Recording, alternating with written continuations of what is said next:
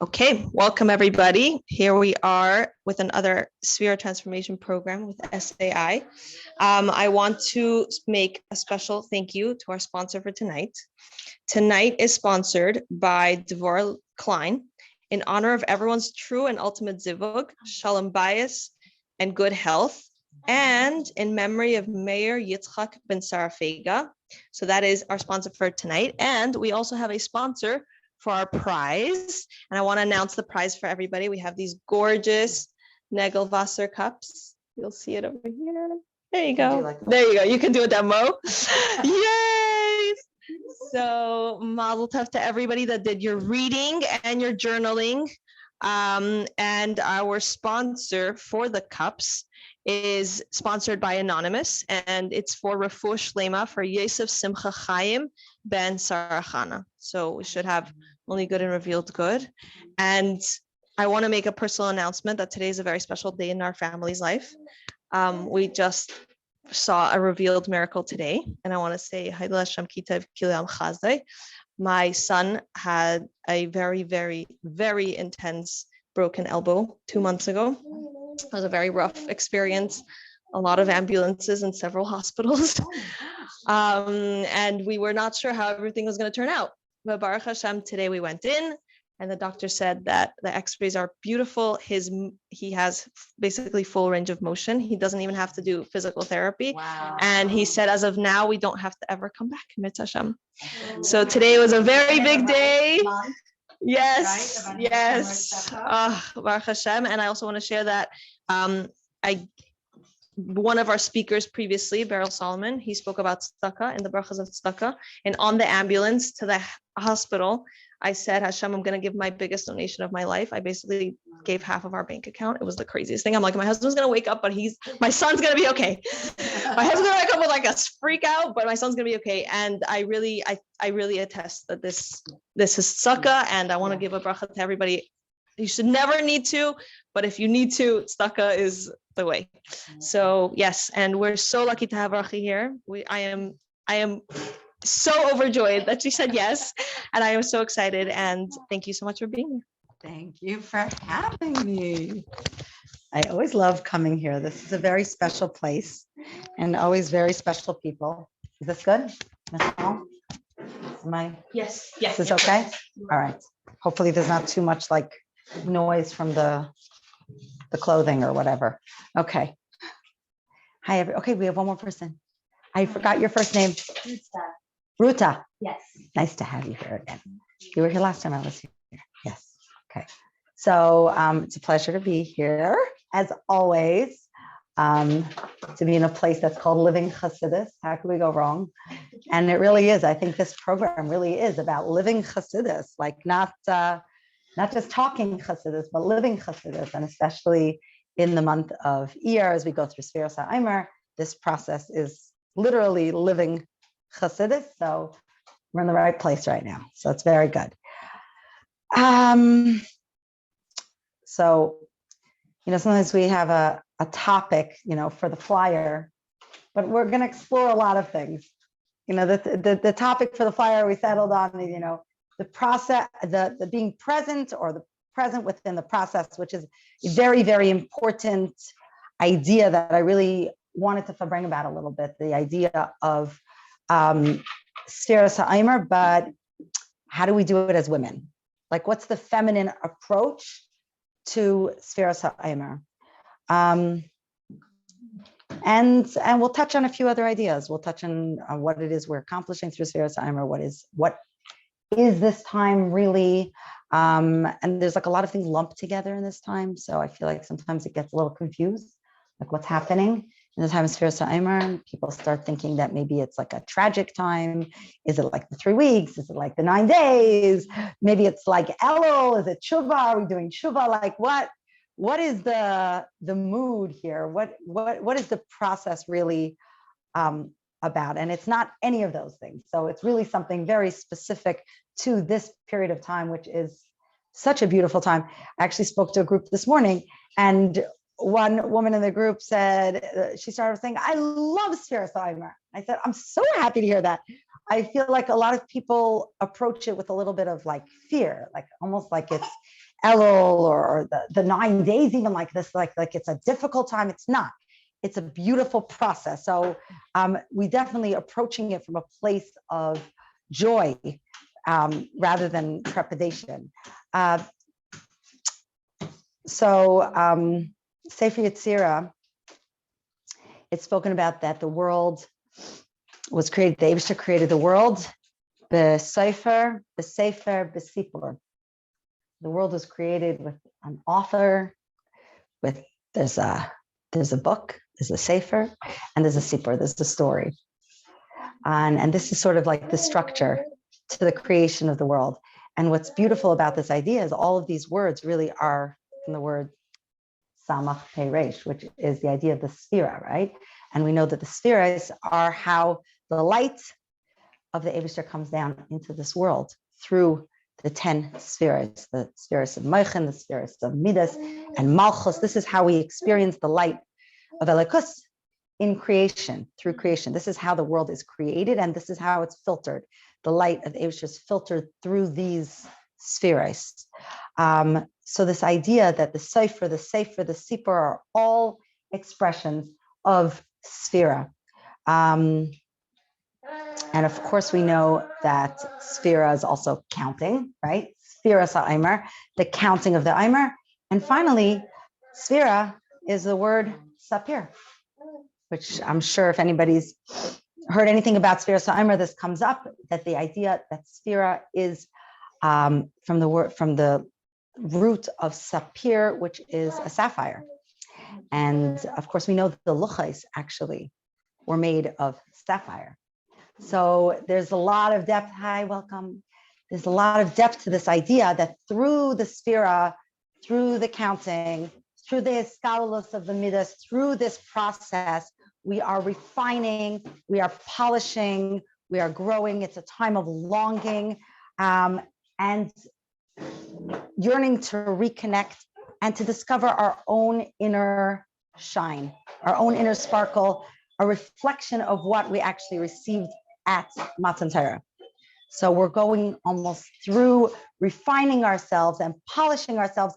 We're getting back to the sparkle. We're reflecting the original shine of the luchais. And the idea that when we are able to refine ourselves to this point, we become like a mirror. We become a mirror for godliness. We become a reflection. And we know there's a reason we have a picture of the Rebbe in our house, right? And the Rebbe always spoke about it, actually, this idea that after Yud Shvat, the original Yud Shvat, the Rebbe used to tell people that they should have a picture of the Feiga Rebbe in their home, that they should carry it with them. The Rebbe even told one person they should put it in his hat. He should have the picture of the Feiga Rebbe in his hat. So there's the idea that the tzir of the tzaddik, right, is this perfect reflection that for nightmare. Yeah. Okay. So there's a purity in the photo. It's actually a very special story that happened in my own life that recently happened that really brings out the idea of how the face of a tzaddik, particularly the Rebbe, how even just the tzir can be such a pull and a connection. So as some of you might know, my husband and I are in Shluchos in downtown Brooklyn. So not very far from here, but really like a world apart. You come, as soon as I cross over, like maybe Eastern Parkway and like maybe around Nostrand, I start feeling like, oh, okay, I'm home. It's like, it's so close, but it's just a whole other world. And it actually shocks me sometimes, even after 20 something years of shluchos, that it's so close, but you still, and sometimes I'll have experiences that you could have in like Hicktown, Alabama, but I'm like, you're 20 minutes from Crown Heights. How could you? So one such story actually happened recently. So we get Bachram to do Miftzayim on Court Street and Smith Street, like the busy streets near our neighborhood, Hi. And recently one of the Bachram called us up after with a great story. He told us that he met a guy on the street, and as is really par for the course in our very liberal, very secular neighborhood. You know, if anybody is familiar with Park Slope and that area, you know, that's like the bubble of secularism. And he encounters a guy and he's ready for the usual fight. And the guy's putting up a fight and he says, no, you really should put on tefillin. He's trying to explain to him. And the guy's like, you know, I really don't have any connection to Judaism. I'm not connected at all. I'm not interested. And he said to him, just, you know, look at it, just take this pamphlet. It'll tell you about it. And he pulls out a pamphlet and has a picture of the Rebbe on it. And the guy stops, you know, he's like trying to get away from this very persistent bacher. And he stops in his tracks. And he says, wait, I know that face. He says, who's that man? He says, why is he on the brochure? So he says, how do you know this is the Lubavitch Rebbe? How do you know this? He says, okay. So he says, I know that the rabbi lives somewhere in my name, like somewhere a few blocks away from me, but I'm not sure the address. He says, during COVID, I started taking these walks around the streets of my neighborhood. Like I never used to go on, you know, all these little streets, but I started taking walks. And, you know, in Brownstone, Brooklyn, where we live, like you have like, it's one house looks exactly like the next, but the windows, like the shutters, you could see into people's main floors if you're not closing your windows all the time. So he says, you know, like I'm taking walks and it's interesting. I see into people's, you know, I see it's just, I try not to stare, but, you know, it's like, this keeps my walks interesting. This is like how I kept myself entertained during COVID. And he says, and one day I'm walking and I pass by a house and the windows are open and I see a picture of this man. And he says, and I was like, he says, I was mesmerized, you know, like I'm always like curious, but I try not to stare, but he says, I couldn't help myself. And I actually was staring. And he says, I kept every day when I did my walk, I made sure to pass by that house. He says, I realized that must be the rabbi's house because it's a picture of a rabbi. He says, but I thought maybe it's the rabbi's grandfather. And he says, and there was something about this face that I just, every time I passed by, I had to stop. And I felt a pull. He said, I just felt a pull in my soul. I felt a pull, a connection. And he said, I kept meaning to get the number of the rabbi and find out who this person in the picture is. He says, but now I know. So he says, okay, I'll put on film. So then that was it. He was sold. He was sold. It was my house. So it's an amazing thing, you know, that just the picture of the Rebbe could have such power. If a person is open, they can recognize, and you know, people always talk about that, passing by the Rebbe and looking into the Rebbe's eyes and that clarity that they felt, that the Rebbe was such a perfect reflection. He was so übergegeben to the Eibishter, to every single Yid, that his whole seer became this hadras panim that a person could recognize that beauty. And as the Rebbe Shluchim, I'm not just talking about the Rebbe, and this is an important thing. Sometimes when we talk about stories of the Rebbe, we're like, wow, the Rebbe was so special. But that's not what the Rebbe was here for.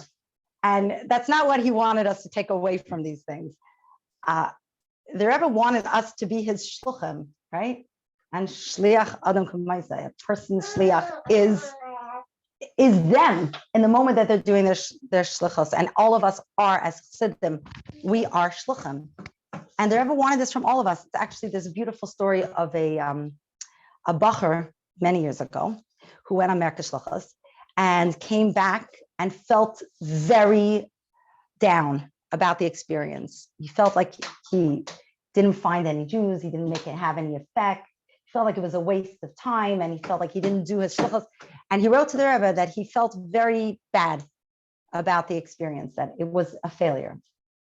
And the Rebbe actually spoke in Farbrengen after that and told the story that a woman reached out to him and told him that she's reaching out to him because she had no connection with Yiddishkeit since her childhood. And she lives in Hicksville, Alabama. That's going to be our place tonight. And she's sitting in her living room one day and she sees out her window a person who looks the way her father looked. And she hadn't seen that since her childhood. And she said it reminded her of her childhood. It reminded her of her connection to Yiddishkeit. And she was reaching out to the Rebbe to thank him for sending her shluchim. So just the tzir of a chassid. And even if we think we're not at that point of refinement where, if you hang our picture, someone's going to become a Baal Tshuva. But just the fact that esketa chassid, right? When a person walks in the street, there's a certain refinement in who we are as chassidim that actually allows the light of Kedusha to shine through us. This is what we're trying to accomplish right now in this time. We're trying to achieve this level of clarity. And these days, in Chumash, in the Tanya, if you're keeping up a little bit, there's a recurring theme that's constant between Parshas Kedoshim and Parshas Emor. We're talking about Kedusha, Kedusha, Kedusha, Kedusha. This is what the conversation is. How do we become holy? What does it mean to be holy? And how do we become holy? Parshas Emor, Rashi, actually, the Parsha starts, this week's Parsha, Emor starts with the words Emor, right? You should give this information over. And Rashi says, Emor means lahazir gedolim alaktanim, that this is about educating the next generations. And he uses the word lahazir, which you could say is to warn, right? And he's saying, what are you teaching? How to be kaddish. We're teaching the next generation how to be holy. This is what we have to pass on to the next generation. And the Rebbe has a beautiful sicha on these words, saying lahazir comes from the word zohar, which means to shine. And this is the work of chinuch. This is what we do for the next generation. This is how we bring out the kedusha, by polishing, by shining. We're not shaping. We're not molding. We're taking a perfect, beautiful neshama, and we're just polishing. We're refining. This is our work as mechanchim. Of course, we are, as the women, we are the educators of the future generations. What do? We are polishers. We're refining to bring out the kedusha that's already there. And this is really the idea of the Omer, which is like chinuch. It's like an advancing, a progressing, level by level by level. It's a never-ending process. So if you feel like you were here before, yes, we're going to come here again next year. We need to be here every year. It's a process. And the point is literally that we should shine, that we should come to a place of kedusha. After we say Pirkei Avos in this time also, which is also the same idea, right? Of refining ourselves, that we should be derech eretz kadma l'Torah, that we should be just a mensch. When we get the Torah, we should start off from a baseline of being a decent, ethical human being, and from there we can transcend and become godly. And what do we say after Pirkei Avos? Ratza HaKadosh Baruch Hu l'zakos es Yisrael lefichach kirba lahem Torah mitzvos. We say that after we say the perek. And the word zakos comes from the word zichuch. Chassidus teaches us the zakos is the word zichuch, which is to polish, to refine. The Eibishter wanted to polish us. He wanted to refine us. He wanted to get us to that place that we go back to the sapir. And how do we do this? With this work of this time. This is how we get to that place. When you said that the luchas were sapphire, could we say that they were stones? They were actual sapphire, and they were The second luchas were made out of sapphire. Yeah, they were actually made out of carved into sapphire. And after we count, right? Every night after we count Sfira, what do we say? Ve'taher ve'eskadesh b'kedusha shel ma'ala. We should become purified and we should become holy. So what is this? What are we actually trying to do? The Alter Rebbe actually said there's a difference between Kedusha and Tara. Tara is the process of becoming Kadesh. So when we say these words, ve'etahar ve'eskadesh, we're purifying ourselves so that we come to a place that we are actually Kadesh, that we are holy. And we do that through the process of the spheres, through the process of the siskalos, of working on our midas, perfecting our interactions with others. This is how we achieve a level of Kedusha. So what are we doing here? We're really building a relationship. We're building a relationship with ourselves, right? Building a relationship with the Eibishter as we approach Matan Torah. And the most important thing is we're building a relationship with others. And this is how we make ourselves holy. And the idea of Kedusha, and this is also very relevant in the era of this time Sfira Sa'imer, where we talk about, of course, in Parashat Kedoshim last week we say V'ahavta l'reacha kamecha, right? And this is the whole idea in Sfira Sa'imer, is that there was this plague with Rabbi Akiva's students. The one who said V'ahavta l'reacha kamecha is the essence of the whole Torah, and his Talmidim are being killed because of a plague, because they don't have Avas Yisrael. What does that even mean? How do we even understand that? And this idea that this is a beautiful, we say this every day, but sometimes when you say the same tefillas every day, sometimes you forget how gorgeous the words are and what you're saying. Before we say Shema every day, what do we say? We talk about the malachim, right? And we say, Noisnim ba'ava, Rishus zelazeh, lahaktish liyotzram benachas ruach. That the malachim, Noisnim ba'ava, Rishus zelazeh, with ava, with love, they give permission, each one to the other, lahaktish liyotzram benachas ruach, to be makadesh their yotzer, their creator, benachas ruach, with pleasantness. And then what do we say? Kadosh, Kadosh, Kadosh. And this is how they achieve the Kedusha. How? Noisnim ba'ava reshus zelazeh. And this is what we say was the issue with Rabbi Akiva's students. Not that they didn't love one another, but Kedusha is about boundaries. Kedusha is about a space. It's about knowing our space and allowing space for the other. What is Kedushin? Kedushin, harei at mekudeshesli, right? What is it? This person is mekudesh to you. This person is yours, but not all yours, right? Not all yours. Space from Kadesh? Kedusha is about boundaries. It's about separation. That's where it comes from. When the word separation, it's about creating separations. It's about, but healthy separations, right? Healthy boundaries in a relationship. Kedusha in a relationship is knowing the boundaries where I leave off and where the other person begins, and where our island is and where other people are outside of that island. And this is Kedusha. And it refers to really every single relationship when we can recognize the boundaries and understand where we leave off and the other person begins, and allow space for another. This is actually the idea of being like the creator himself, like being like the Eibishter. The idea to allow for life, where we talk about Tzimtzum and how the Eibishter actually was mitzamtzum his own light to allow for creation to occur. This idea that in order to give life, you have to withhold something. You have to actually be able to contain yourself in your space to allow for others to exist. And this is what we're doing through this work of the Skalos HaMidas, is we're refining our midas so that we're not all about giving. We're not all about holding back. We're not all about confidence. We're not all about humility. Everything is blended in a beautiful and healthy way. And this is how we create ourselves to be a holy person who can have holy relationships. And by having holy relationships, we become holy. This is how we become holy. Actually, in Tanya this week, the Alter Rebbe was speaking about this idea that when we say Asher K'tishanu v'mitzvaysa v'tzivanu, right? Every time we do a mitzvah, we're actually being mekadesh. We're entering into a state of kedushin with the Eibishter. We're being mekadesh to the Eibishter. We're entering into a relationship.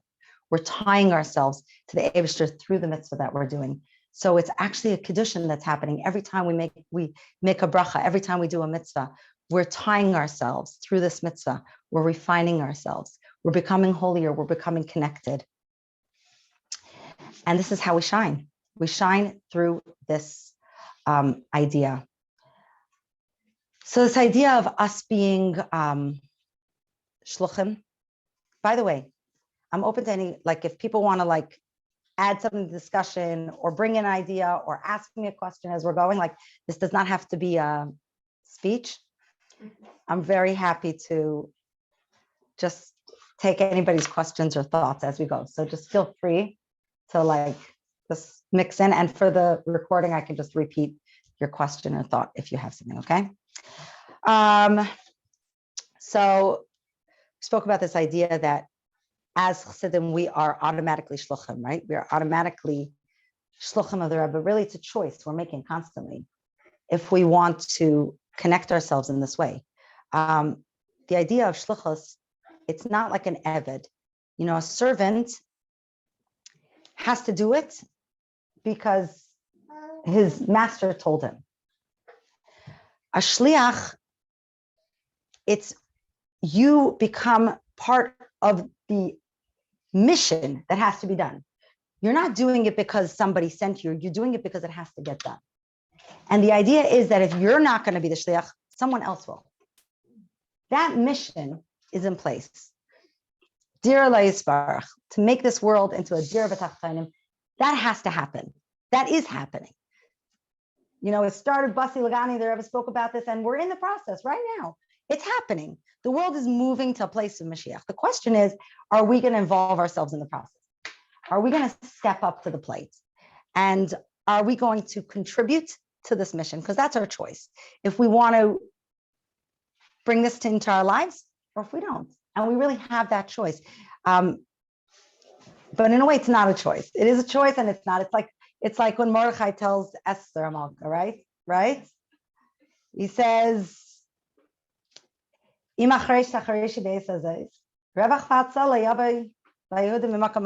If you're gonna resist this mission, if you're gonna turn down this shluchos, you can be assured the Yidden are going to be saved anyways. If they're meant to be saved, they're going to be saved anyways. But you're going to be lost in the story. In other words, not that you have to be making a name for yourself, but your participation in that salvation, your participation in the geula that's going to come, you're letting go of that. You're letting go of that possibility. Right? And who knows if it's for this very reason right now that you are where you need to be right now. Really, this idea that at every minute, we don't know, like maybe right now, we're right here because we need to accomplish something. I just heard a story. It was making not vindictive, but it's okay, make me feel guilty. Okay, no, it's not. It's actually not. It's empowering. It's not vindictive. It's like but you do me a favor. I'll ask someone else. Let someone else. No. What he's saying is the Yidden need to be saved. The Yidden are going to be saved. Do you want to be that person who is going to be the one who fulfilled that shluchos to save the Yidden? If it's not you, it'll be someone else. As a matter of fact, that's actually the way you should tell a person to do something. Listen, it doesn't have to be you, but this is actually an opportunity. You have an opportunity now to participate. You have an opportunity. Actually, it is. It's your privilege to be a part of the shluchos. It's actually your privilege. We have a choice to participate in life or to take from life. And this really very much speaks to the idea of shluchos, of kedusha, by the way, because kedusha is about contributing, not taking, being a giver, not a taker. And this is really something I think that's very, what's that? What do you mean by that? Because the Eibush tells us to be Kaddish, Ki Ani Hashem, right? You have to be me. You have to be like me. I am holy, therefore you should be holy. What is the holiness of the Eibush? The giving of life is what the Eibush is. This is the Eibush. The Eibush is the one who gives life, who creates. So we have a choice. We could be like the Eibush, we could be creators, or we could be just like sucking out of life and takers. We have a choice at every moment if we're going to create. And it's not just about, it's about every situation. Are we reacting? Are we just reacting? Or are we able to be creators in our own life? Are we able to turn a situation around with our own perception, with our own dedication, or with our own willingness to do something, to put forward and actually create our reality rather than just be victims of circumstance? And that's really to be Kaddish, to be like the Eibush, is to be a creator. To be a creator is to be a person who contributes. Somebody was talking to me about this the other day, that they did a study that people who go on social media and only observe get very, very depressed. But people who contribute and who are like whatever, if they're influencers or if they're contributing or putting out content, they actually feel good about the medium. So it's an interesting thing. When you're contributing, when you're part of the story, there you find your fulfillment, you find yourself in that moment. When you're only taking, like JFK said, right? John F. Kennedy said, ask not what you can do for your country, ask what your country could do for you. We tend to start thinking about like, what could people do for us? What could the world do for us? But it's a whole other idea. Like, I am here for a reason. So I just heard a beautiful story that, and I don't know names or anything. It was a guy who had come to Crown Heights for the first time. And he was going through a big dilemma in his life. And, of course, he spoke to some of the Lubavitchers around 770. They said, well, you really should speak to the Rebbe. If you have a problem, he's like, how do I get to the Rebbe? They said, so one person told him, the Rebbe comes out of his house at this time, you can catch him. So what does he know? He doesn't know better. He goes, stands outside the Rebbe's house. And just as the person said, the Rebbe walks out of the house and he walks up to the Rebbe and he says, I have this problem. And he spoke to him and the Rebbe gave him like 5 minutes of his time and really gave him advice and helped him. Meanwhile, there's of course like a gaggle of Bachurim standing around and they're burning. They can't believe this guy has this chutzpah to waylay the Rebbe, like on his way to 770. How can you do this? How the chutzpah, taking the Rebbe's time without permission, without an appointment, and they're like watching horrified. And the minute the Rebbe left, they ran over to this guy and they said, what are you doing? He says, I don't know. I was told that this is what I could do. And he said, how can you have the chutzpah to take it? Do you understand who the Rebbe is? Do you understand how precious his time is? And you didn't even, so the guy felt terrible, of course, and sat down. And this time he wrote the Rebbe a letter and he apologized. He says, I feel terrible that I took your time and made you stop your order of your day. And the Rebbe wrote him back. He says, the famous words that we know, for 70, 80 years, and the Neshama comes down into this world to do one thing for another person. And the Rebbe says, I don't know, maybe this was the one thing I had to do that my Neshama came down to do. So he says, in that case, I have to thank you. Imagine, what the Rebbe was doing every single day. And this is what he says, maybe this conversation that I had with you is the whole reason my neshama has to be in this world. Can we see ourselves? Is it a question? No, I just want to add. Yeah. And he also made a comment that it's fine. You delayed me a few minutes. Those Bacham were supposed to be doing something yes, else. Yes. I know that part, but it's not relevant to this. But yes. You know what I mean? It's just no, you shouldn't mix in. The Rebbe was saying they weren't in the right place at the right time. Right. Exactly. So that idea that at every moment we have a shluchos, at every moment we could be kaddish, we could be holy, we could be a conduit for the Eibishter's light in this world. And we have that choice at every moment. And through doing this, this is actually how we become kaddish. This is how we refine ourselves constantly through doing this.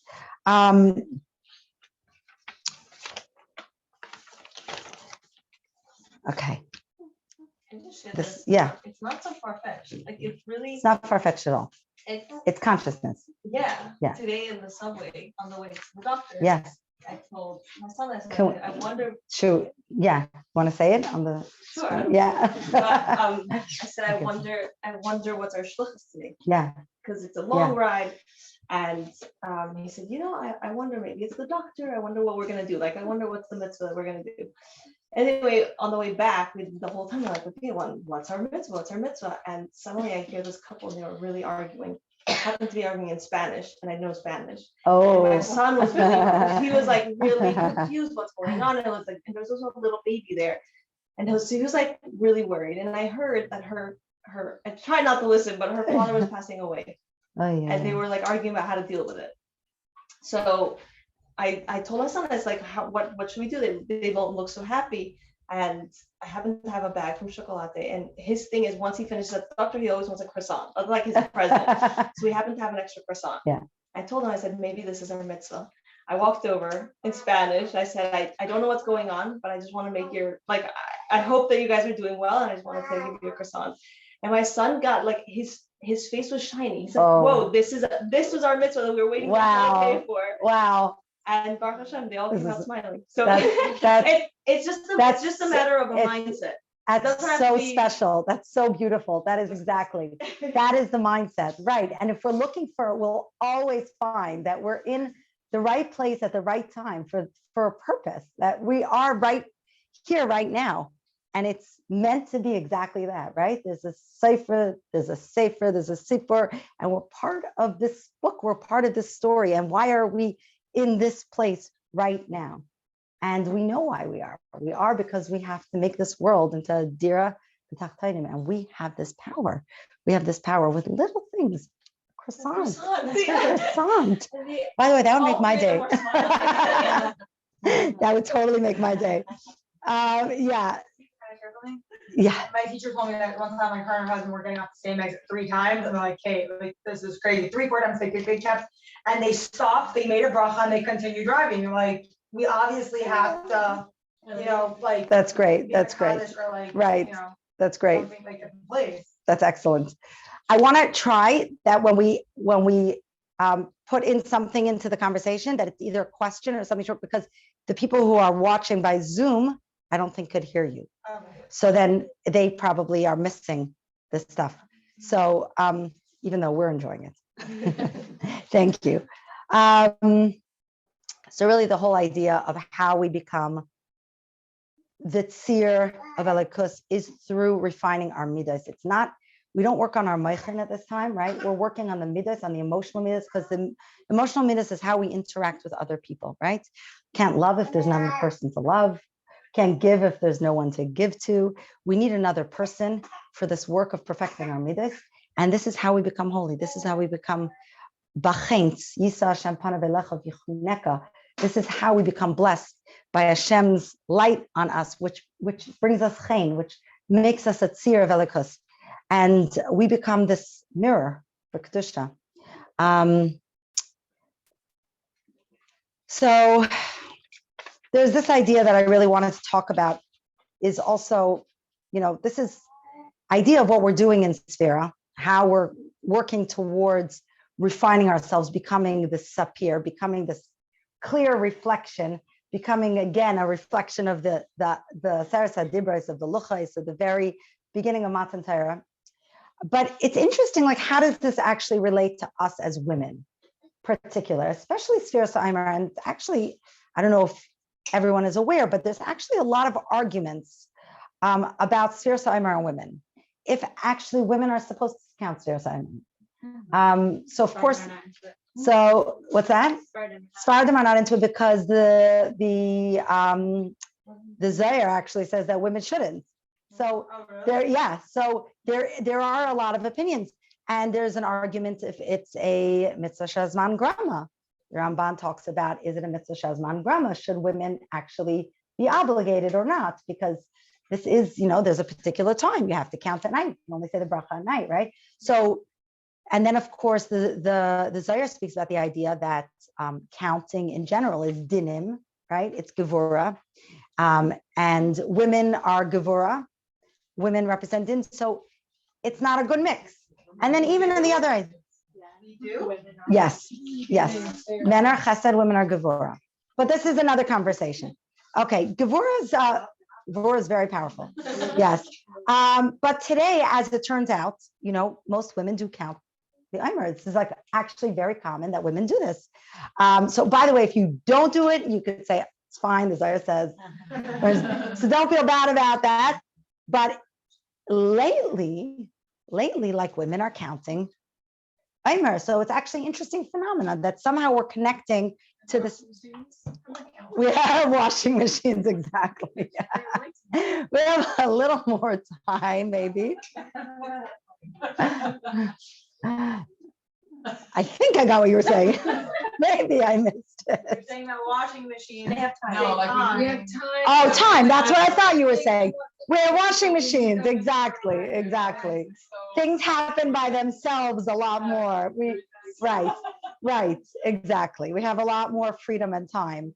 And this idea of the women counting also, I think, is very related to us being in more of a geula mentality already. The time when nekeva to seviv gever, this idea of the feminine energy rising, and that's really the coming of Mashiach, and the idea the Rebbe always spoke about, that the women are the ones who are bringing Mashiach. It's not just like a nicety. It really is about, and you can see it's happening in the world. If you see what's going on in the world, the way the feminine energy has been coming to the forefront, we're going through a process. We're going through a process of going towards Mashiach here. And this is part of the process, is women figuring out their own power. And it's, it's been a process since feminism, right? The women thinking first that they had to be men to have power. And now the conversation's actually changing, and it's fascinating, because I feel like as Jewish women, we always understood, and especially as Chassidim of the Rebbe, who was the ultimate feminist, he made Chassidim from women. And I think we always kind of understood our power as women, not having to be anything else. But the world is sort of coming around and starting to say, wait, we know we can do what the men do, and we can do it in heels, and we can do it backwards, holding a baby. But do we want to? Is this really our best use of our power? Is this really how we want to live our lives? Like, we actually can be powerful as women. We don't have to wear a pantsuit and go to an office to be powerful. There are ways, and there are feminine ways, and our power is innate. So we're starting to embrace that power. And I think part of this idea of women counting Sfira and so many things that we're doing these days that women never did is really us coming into ourselves. But we don't have to do it the same way. We can approach it from a feminine perspective. And that's the interesting thing, because the truth is that the idea of striving towards a goal, right? This idea of struggling and striving and goal-oriented, and that's actually a very male construct. That's a very male energy thing. And then you have the female energy, which is Malchus. And Malchus is still. Malchus is stillness. It's presence. It's Shabbos, right? It's Shabbos. And Shabbos, you have Tchum Shabbos. You don't go anywhere on Shabbos. You're not supposed to go anywhere, right? You're not supposed to do anything, create anything, change anything. Everything is perfect as is. It's stillness in the presence.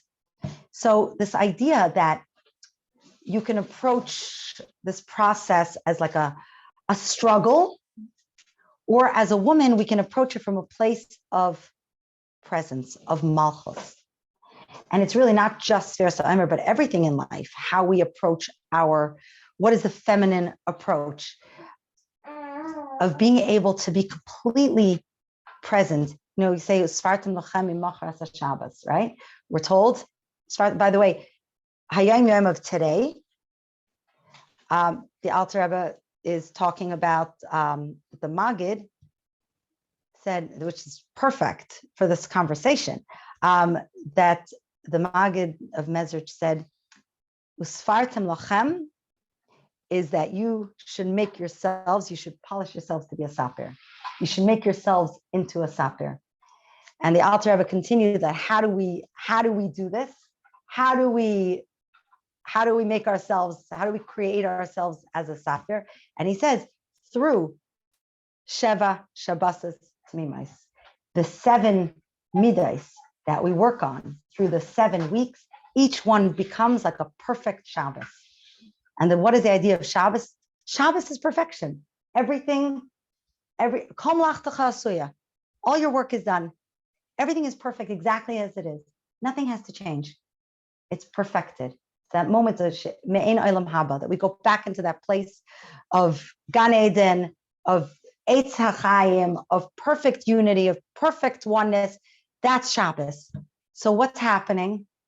You're going through the 7 days, and each midah becomes in its state of perfection. It becomes a Shabbos Tamima, it becomes a perfect Shabbos. And at the end of the 7 weeks, your midas are shining And that is how you become a saper, startem mochem. So it's a beautiful thing from today's Hayom Yom, actually. Couldn't be more perfect.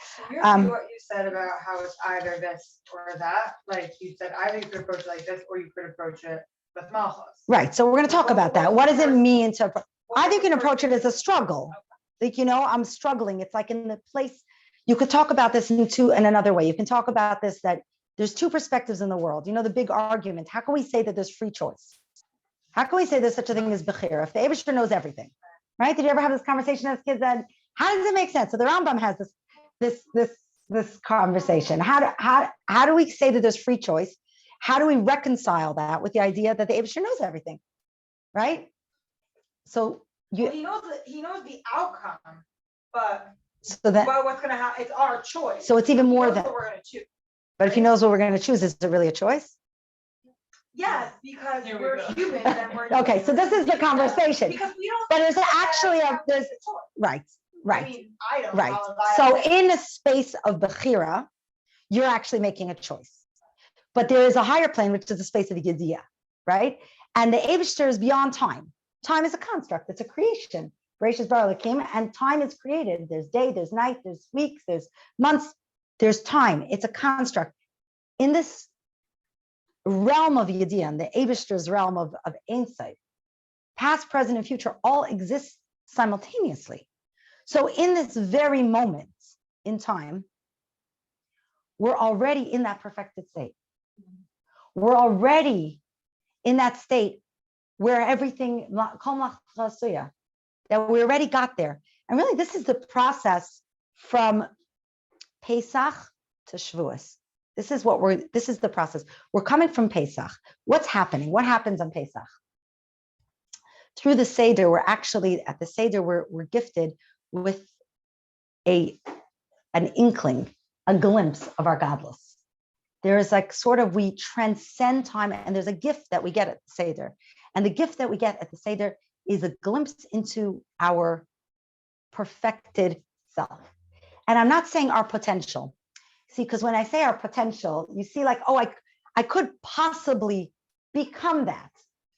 I might not reach that. Everyone's like, you're not reaching your potential. And you think, will I ever reach my potential? But there's this moment where we actually we can perceive ourselves in our perfected state already. It exists. And the truth is, in this realm of Yediyah, in this realm of beyond time, beyond space, our neshama has gone through all its gilgulim. It's gone through everything it has to go through. The world has gone through everything it has to go through. And we know what is the eventual state of the world. What is the eventual state of all of our neshamas? It's a state of pure tikkun, of pure perfection, right? That's where we're heading.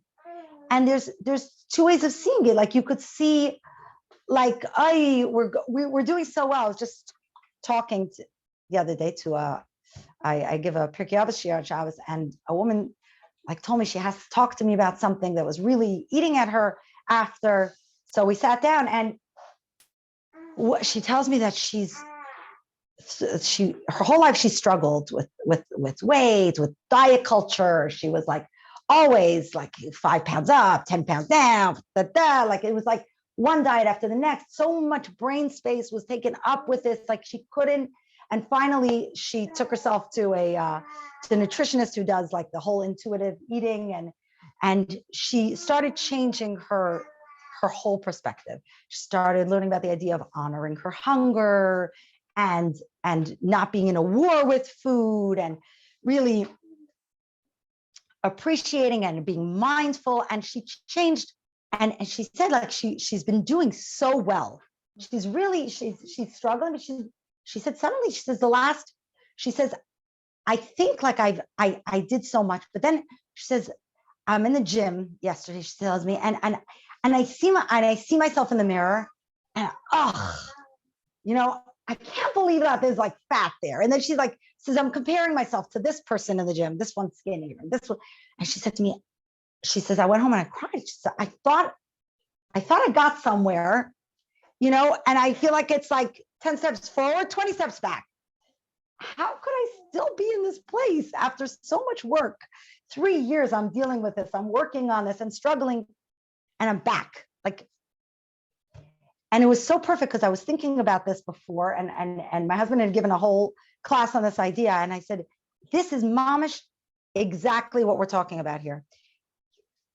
I said 3 years ago, like compare yourself in general, in your attitude towards food, towards your eating, towards your body today versus 3 years ago, before you started this process.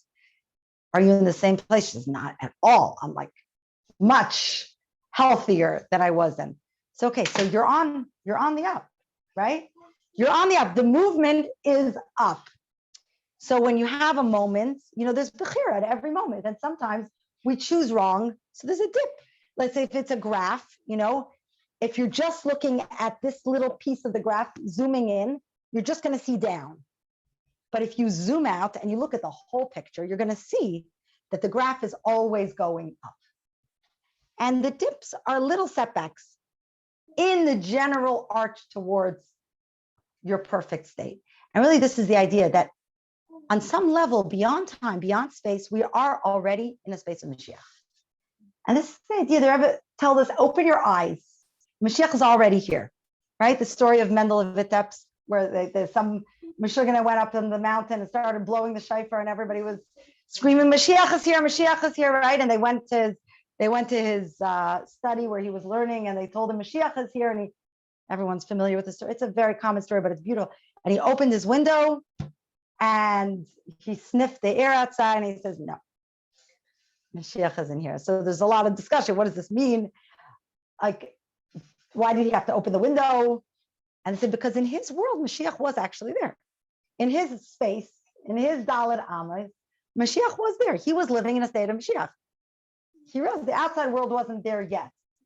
But there's to understand that it's not this impossible construct. Somebody in the class this morning actually said something beautiful. She said, I think I know exactly what you mean. She said, when I go to Rabbi Taub or Shea Taub's parenting class, she says, when I'm in the classroom, I'm listening to him, I'm like, mamish that parent. I'm like, I feel it in me. I'm that amazing person. I'm that amazing parent. I feel that I have that. She says, and then I go home and the kids start clutching. But she says, but in that moment, I sense it. I sense not the potential that I could be that, but that I am that. You feel yourself like, yeah, I am an amazing, perfect parent. And then you have to go through a process to actually become that in real time, on a day-to-day, moment-to-moment basis. But getting that glimpse that we get at this stage, that glimpse of who we truly are in our perfected state, our real godless. I mean, we're in a Shema, right? We're Ein Sof. We're at our essence. We're the holiest possible being. We're connected to the Eibishter. We couldn't be higher. So if there's smallness happening in our lives, it's a momentary setback. We're existing in the level of Bechira. But when we zoom out and we see the possibility of who we actually are, then we have to go through the Sfira. Then we have to go through the process of bringing it down into real time, of making it actually something that is embodied within us. Not just an idea, not just a glimpse, a moment of inspiration, but something that we can actually live out every single moment. And that takes work. That's a process. So what do I mean when I say being present in the process? It's you could see it as a struggle. Like, I'm trying so hard to be a better person. I'm trying so hard and I'm struggling. Or you could say I am right now in this moment, that all of time exists in this moment, in this perfect present. I exist as a perfected human being. So I'm on a path, I'm on a journey. And maybe there'll be setbacks, but it's almost like you don't have to swim against the current. You can swim with the current and let it take you. There's a current that's leading us. We have to believe that the whole world is working towards a state of Mashiach. We can be in that flow. We can be in that place where we're not struggling, we're allowing it to happen through us. So it's a little contradictory because first we're saying that okay, someone's saying it's contradictory, so we're going to see how. Yeah. Right? We are perfect, but it's like we're not perfect. We have the potential to be. We are perfect when you zoom out and you see the end of time. When you see all of time, past, present, and future existing at the same time, you understand how all of this. You pause time, you zoom out, and you say, okay, this is what it could be. Right. Zoom in and we Right. There's a beautiful sikha of the Rebbe in Lech Lecha, right? That the Eibusher tells Avram Avinu, Lech Lecha ma'artzecha, and he's giving him a shlichus. You're going to Eretz Yisrael. You're making aliyah here. You're going on this journey to Eretz Yisrael. And what happens right after that? Avram ends up in Mitzrayim. What is that Yerida? Like, what is this? Like he was on this mission, and we know eventually they get to Eretz Yisrael. So it's not just that it's a Yerida Tzarech Aliyah. The Yerida was like, if you zoom out and you see the whole journey, yeah, it was a Yerida Tzarech Aliyah in the process because you were going up. The mission was happening. So it was a momentary Yerida to go even higher, but it wasn't going backwards. Do you understand what I'm saying? Yeah, exactly. It was Yerida Tzarech Aliyah, right? He came out enriched. So it's really that idea that and we can also look in our lives and see that. Like there's a whole story and everything that's happening is part of the story where eventually Mashiach is here. So then everything that's happening in this story is part of that process. And that Yerida is part of what we need to get us, to propel us. Like that person who was struggling in the gym that day and went back to feeling all those old feelings, maybe that was like the propulsion she needed to take her growth a step further. Maybe she was getting complacent, feeling like, oh, I got this. And that's a very important thing in this process of Sfira Sa'imar, in the perfection of our midas and becoming a holy person. And this is really actually the Sfira that we counted. Well, today's Sfira was Netzach Shebenetzach, and tonight is going to be Hayt Shebenetzach. So it's really this idea of we're working towards something, ambition, right? Netzach is like a working towards a goal. And how do we do it? We need confidence. We need netzach to get to where we need the belief in ourselves. We need that belief that we are at our essence able to accomplish this, and we have it within ourselves. We need that. And we also need the hide. We need that humility. We need the awareness that we're part of something bigger, that we're part of a larger process, that we shouldn't get on our high horse when we get somewhere, because we're always moving forward. We're always, and I actually, there's a woman that I'm close to that's really been going on an amazing journey. I'm always blown away when somebody goes from being like secular and being raised secular and starts learning and starts growing and becomes, it's always, to me, I'm like amazed. It's like really watching. And she's going through this process, and she's like, she was in the world of finance, like really deep in Wall Street and like in a man's world, very, very much, very aggressive world. And a lot of like, it's very dirty, that world, finance. There's a lot of like knots, and it's very magusham, and as she's going through this journey, and she calls her, like, whoa, my mind is blown. Whoa, she's learning business. She's going crazy. And that she starts telling me, she's like, I don't understand. What's wrong with these people? I'm looking at all the people around me. Are they just like, what's wrong with them? How could I, she was in a relationship with somebody. Now she does not, she could be in a relationship with them because they don't get it. They just don't see it. And I said, this is like sometimes in our process, and we suddenly start thinking, whoa, look how well I'm doing, but it always comes down to how we relate to other people. And if we're really trying to bring ourselves to a place of Kedusha, it's always about how we see another person, how we interact with another person. And if we feel ourselves to be getting to that place of like, oh, wow, I've done good work here, then we need to take a step back and say, okay, but how am I with the people around me? How am I with the people who haven't done the work? Am I able to have compassion? Am I able to see their light? Am I able to interact with them in a positive, healthy way? Then I know I'm doing well, because Yiddishkeit is not about sitting on top of a mountaintop. That's not Kedusha. Kedusha is actually getting married, is actually having a family, is actually interacting, teaching, learning, being with people, interacting with people. This is how we become Kaddish. This is a Kohen Gadol couldn't serve if he wasn't married. You can't become holy. And speaking about the Kohen Gadol and this idea of presence, the Kohen Gadol, we just said this actually in the Parsha. We were talking about the idea that the Kohen Gadol doesn't leave the Azara, no matter what. Like even if there's a tragedy, even if something happens, he stayed because he was exactly where he needed to be.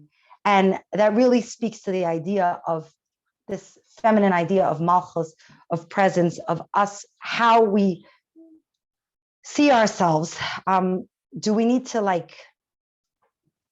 be thinking of our long-term goals and thinking how we're going to accomplish and to-do lists and feeling productive, or can we simply be? And each one of us really is a kohen. It's a kohen gadol of our own mishkan, and we're creating a space for holiness, for the Shekhinah. And as the kohen of our space, we just need to be present in that space.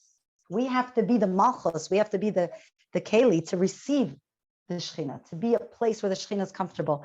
And that's really as a woman, that's the mind shift. It's not so much we have to get somewhere, we have to be. We have to simply be. That's our power. Yes, exactly. That is really our power. Our power comes from our presence, from actually being. And the idea that the people around us don't need us to accomplish something for them to be nurtured, for them to be loved, for them to feel good about themselves. They just need us to be us. They need us to be in the moment, present, focused, the fullness of the moment. The moment doesn't exclude everything else. When people say, but being for the moment, so how do you live for the moment? Does that mean you don't think about tomorrow? No, the moment right now includes all of time, includes everything. You're just present to everything that's going on and how it's part of the bigger picture. And you are exactly where you need to be right now. And by being present and focused, this is how we become holy. It's like minus anxiety. Yes, minus anxiety. Exactly. You want to see what's happening around you. Exactly. Really to see. And you have to sometimes go still for that, You have to not go anywhere. I felt like in COVID, that was like a huge epiphany that I had. And it wasn't a huge epiphany. It was just this deep realization, wow, my kids are not little anymore. And this one's off here and this one's off there. And, you start thinking I could be all over the place. They don't need me to be changing their diaper and making sure they ate breakfast, lunch, and supper anymore. But then I realized that there was something so deeply comforting for them during COVID. They knew I was always in the kitchen. There was nowhere else. And they knew where to find me. They just knew. Someone just told me that she actually asked Manis Friedman how did you become who you are? What did you, who was your mother? What did she do? And he said she was in the right place at the right time. And that's the idea. She was just present. It doesn't mean you can't ever leave the house. No, that's not what I'm saying. We're not we're not putting a ball and chain and you're stuck. Just people know where to find you. Do you know what I mean? They know where to find you. They know there's a spot that you're present, that you're available. Our mothers are like a security for us. It's like our homing signal, We're right? From them, we're nourished from them as children. That's right. Essentially, we look at it as our sustenance. Yes. So when we know the mother's in the kitchen. That's beautiful. Yes. It's all working together. There's food and there's a mother. It's that comfort. Yeah, exactly. My mother is available. She's here. Right. Exactly. And that's safety level. That's really, Al titesh Torah simecha. What is the Torah of the Ima? The Torah of the Ima is Amunah. It's that safety net. It's that foundation of trust. And from that, when a person doesn't trust, they can't learn anything. A person who doesn't trust, or even just basic emotional healthiness is not healthy emotionally. They have a hard time taking in new information. They have a hard time growing intellectually. And unfortunately, they have studies of these babies who weren't given what they were, needed in the beginning of life. They weren't nurtured. And They said a lot of them have learning disabilities, have a hard time taking in information because these emotional circuits, these neurons that are fired actually create this net from which we can then get a musar avicha. But without that teres imecha, you're not going to be able to absorb. And really, this is what's happening in Sfira. We're building our emotional keli. We're building our vessel so that when we do come to Matan Torah, so that when we do come to that place that we receive this amazing gift of this divine wisdom, it will actually transform us. We're going to be able to absorb it. It's going to change us. It's not just going to be information that bounces off. There's not going to be any cognitive dissonance where we know something, but we behave a different way, right? And that's so common. We can know so much and still act completely opposite to what we know. Why? Because that information hasn't become embodied. We haven't been able to absorb it fully. And what we're doing now really is creating this perfect keli, this balanced, healthy keli. And this is the idea of health also, because health is all about, and ER is the month of Ani Hashem Refecha, it's a month of healing. It's the idea of creating this healthy, balanced keli. And in that, we can then transform. They can then become divine. We can become transcendent. We can go way past our kalim. But first we need that base. And that's what we're building now. We're building that. We're becoming kadosh. We're becoming holy. We're purifying ourselves. And as we end off every night in Sfira, that this work that we're doing on this particular midah, midah by midah, through this, we're going to affect shefa rav b'chol ha'elamayis. There's going to be tremendous shefa that comes down into this world through our own personal work of our midas, working with another person and making ourselves holy. So this is really, it might feel like individual work, but really we're doing something that's part of the fabric of the world, moving towards a state of Mashiach, internally, cosmically, and we should really, this year by Shavuos, we should really receive the Torah with Mashiach. Amen. And now, let's, open it up for anyone to ask any questions or any thoughts or disagreements or. I just want to highlight something that I'm living with from what you said. That when there's haughtiness, we don't turn away from the purity that is. We turn outward, and that's what gives us humility. I feel like a lot of people deal with I'm getting too high up. You turn it inward and say, oh, I'm actually not good. I'm actually not perfect. I'm actually not right. As opposed to what you said, which is incredible. You turn outwards, say, how am I treating everybody else outside of me? Right. So and change the focus. Exactly. Change the focus.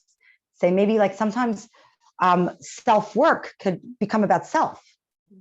So how do we know if we're becoming obsessed with ourselves through this work? Are we just thinking that's what we're working on midas? We're not working on meichin. Meichin is the self. Midas is outward. Midas is how we interact with other people. And this is how we prepare for Matan Torah. This is how we are purifying ourselves. This is how we're going to shine. We're going to shine through the way we interact, through our holy interactions and relationships. This is how we're going to Sfartim Lachem. So thank you for having me. I think we should shut the recording and then we can continue to talk. So it's not, right? Okay. Can I just add a little story? Yes, please. So what you said is actually kind of true. I used to also take